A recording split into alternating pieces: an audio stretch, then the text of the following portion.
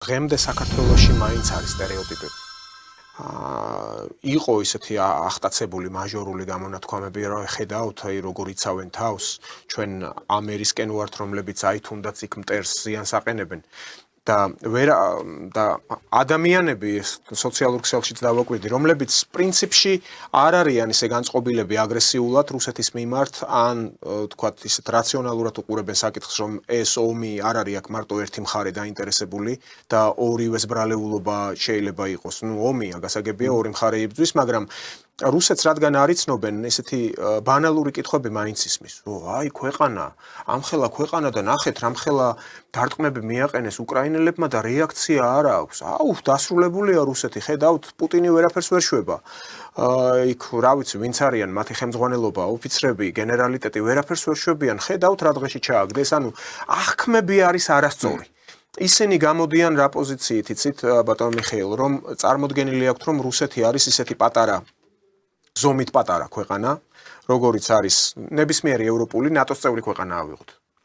გნებავთ საფრანგეთი იყოს, გნებავთ გერმანია, ესენი ევროპისთვის დიდი ტერიტორიის მქონე ქვეყნებია, მაგრამ რუსეთი გაყავთ ამავე რანგში.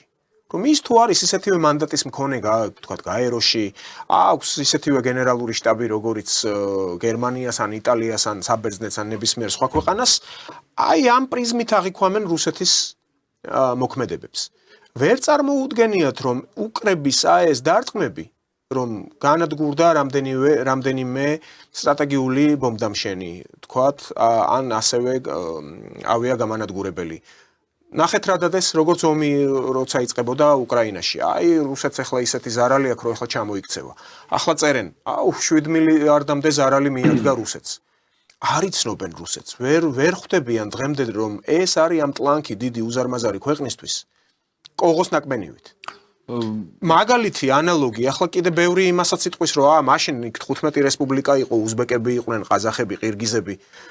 არ ახსოვთ, რომ 41 წელს, 42 წლის ჩათვლით ვერმახტმა მოუსპო მთელი ავიაცია. აი პირდაპირ ამ მიშეჩოკებს რო ეძახდნენ. პირველივე ტყვირა. I-15 და I-16 ჯერ კიდე 30-იანი წლების გამანადგურებლები რომ იყო, რუსული.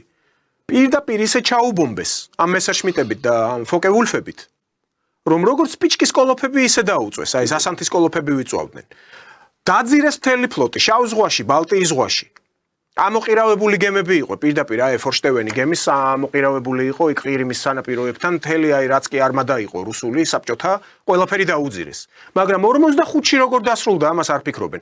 ზუსტად ასეთივე მიდგომებია აი ამ წერტილოვან დარტყმებზე, რაც განახორციელა.